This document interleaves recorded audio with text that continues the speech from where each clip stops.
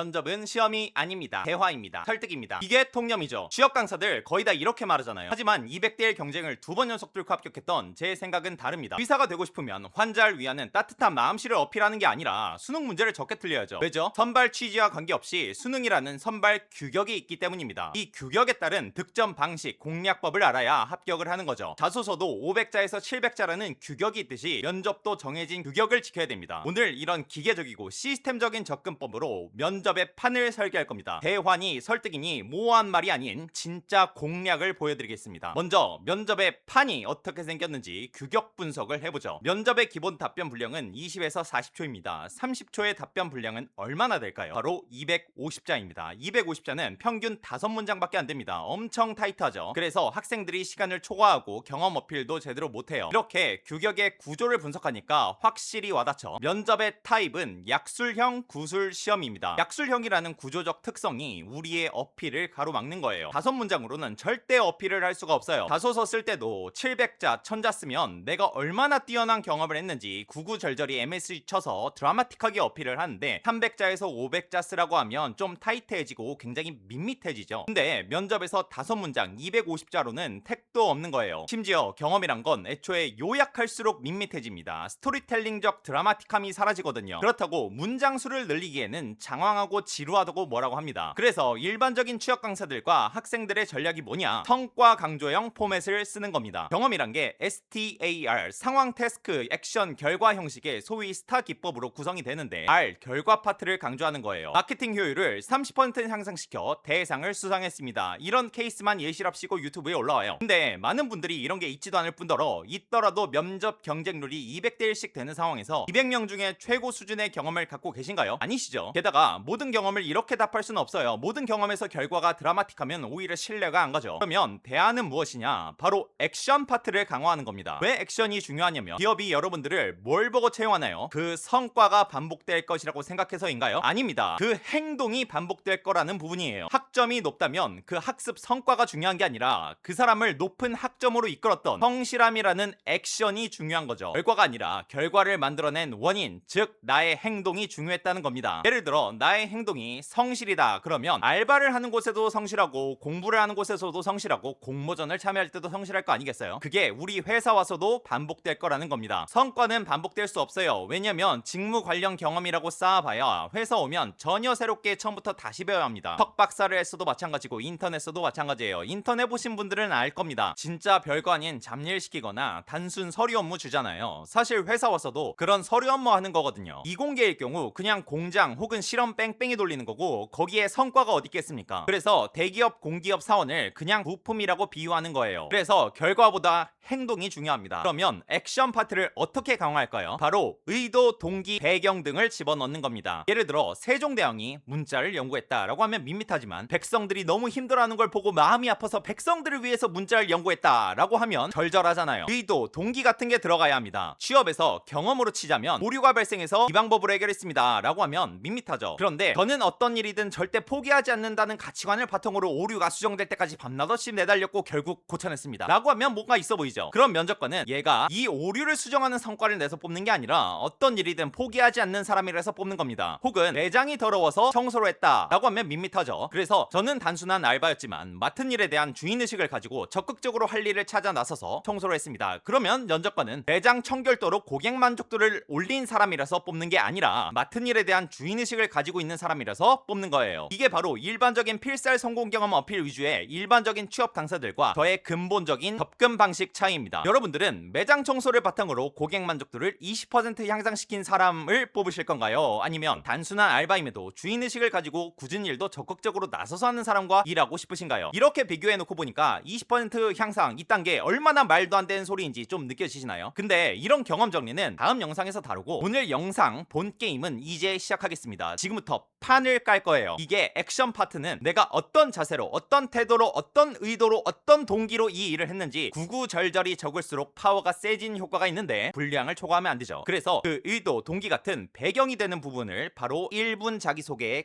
깔아두는 겁니다. 그러면 말도 안 되는 압축 효과가 생기는데, 예를 들어 다들 보셨겠지만 저는 1분 자기소개에서 자기 주도성을 어필했어요. 그 배경을 벤처 회사에서 일하는 방식을 배우면서 내 스스로 할 일을 찾아서 했던 그 배경을 설명했습니다. 이렇게 내 행동에 가장 강력한 알고리즘인 주도성이란 걸 깔아두면 이후 답변할 때 판이 깔리는 효과가 생깁니다. 예를 들어 매장 알바를 할 때도 저는 주도적으로 청소를 했습니다 라는 이 짧은 한마디만 던져도요, 벤처기업에서 탑다운 방식의 업무 지시가 아닌 할 일을 스스로 찾아서 해놓는 벤처 문화를 겪었고 잘 적응하며 대표에게 인정도 받기도 했었던 이 친구는 알바를 할 때도 적극적으로 나서서 청소를 했구나 라고 연결 효과가 생겨버린다는 거예요. 주도적이라는 단어 하나에 1분 자기소개라는 500자의 거대한 분량이 압축되어 있는 겁니다. 그래서 우리가 카페 알바한 250자 30초짜리 짧은 경험을 말하더라도 볼품없이 요약되는 게 아니라 나서서 청소를 했다는 사소한 행동에 압축된 거대한 500자짜리 배경이 모두 느껴지게 되는 겁니다. 여기서 더 확장 효과가 있는데, 우리는 지금 판을 깔아둔 거예요.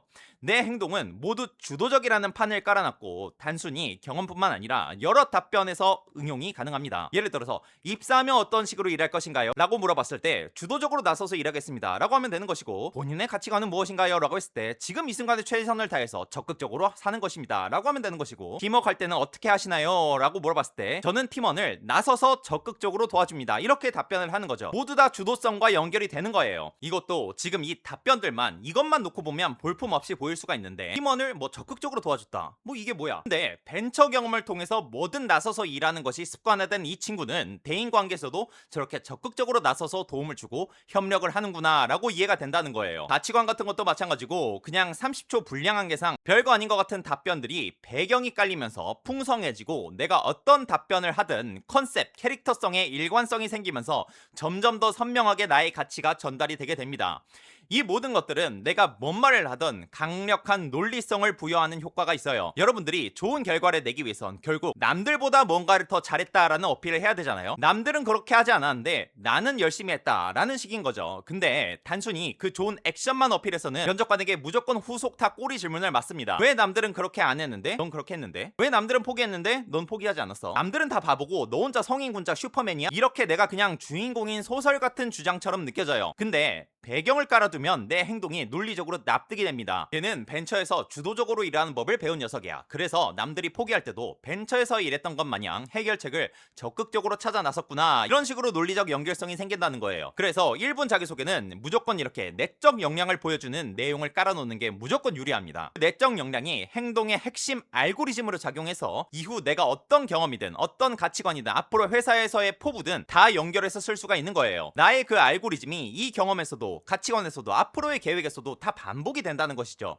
그럼 면접관은 그 행동 알고리즘이 이 회사에 입사해서도 똑같이 반복되겠다는 걸 알 수가 있는 겁니다. 이 행동 알고리즘은 내적 역량에 해당되는 뭐든 다 가능합니다. 성실함, 꼼꼼함, 책임감, 주도성, 근성, 끈기, 타인에 대한 배려, 배움의 자세, 뭐든지 한다는 패기, 친화력, 주인정신, 실행력 다 되는 거예요. 이 행동에 알고리즘이 반복될 거라는 기대감을 면접관에게 심어주는 겁니다. 그래서 저는 요즘 취업 강사들이 왜 그렇게 성공 경험을 쓴지 이해를 못하겠어요. 그 사람들은 실제로 대단한 성공 경험이 있었던 사람들일 거예요. 그런데 성공이 반복되는 게 아니라 행동 알고리즘이 반복되는 것이고, 어줍지 않은 성공 경험은 고스펙자들한테 무조건 발립니다. 채용 경쟁률이 100대 1, 200대 1이고 그런데 그 중에서 최고의 경험을 갖고 계신 게 아니잖아요. 최소 3등 안에는 드시나요? 그런 게 아니면 어차피 발릴 거 왜 쓰냐 이거예요. 공모전 수상했다고 어깨에 힘주고 잔뜩 주고 말하는데 옆에 지원자는 5개씩 휩쓸었어요. 이런 상황이 비일비재하단 말이에요. 그리고 직무 관련 주요 경험이 있다거나 인턴 내역, 수상 내역 이런 거 다 이력서에 이미 있고 면접관이 알아서 물어볼 건데 왜 그걸 미리 말하고 앉아있냐고요. 오히려 이력서 상에서는 어필되기 어려운 부분이지만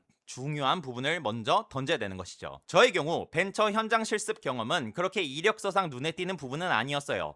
직무 관련 경험도 아니었고요. 그렇지만 내 행동 알고리즘을 설명하기엔 가장 적합한 경험이어서 1분 자기소개에 던진 겁니다. 그런데 보통 취업 강사들은 어떻게 말합니까? 스펙이나 경험 후진 지원자들이 자기 자소서, 면접 답변 짜달라고 하면은 자기가 봐도 뾰족한 수가 없어요. 그래서 직무 관련 성취도가 중요하니까 유사 경험이라도 엮어서 성공했다고 말해보세요. 이렇게 컨설팅을 하는 거죠. 아니면 인사팀 출신 강사다? 그러면 자기는 직무 연관 경험 있는 사람을 가장 뛰어나게 평가했대. 그래서 자기가 봐도 그냥 제일 뛰어난 스펙과 경험을 가진 지원자가 합격하는 게 맞다고 생각하니까 성공 경험 타령을 하는 거예요. 근데 97%의 지원자들에겐 적합한 조언이 아니겠죠. 저도 200대 1 경쟁을 2번 연속 들었는데 제가 뭐 스펙 경험이 나머지 199명보다 더 뛰어났겠어요?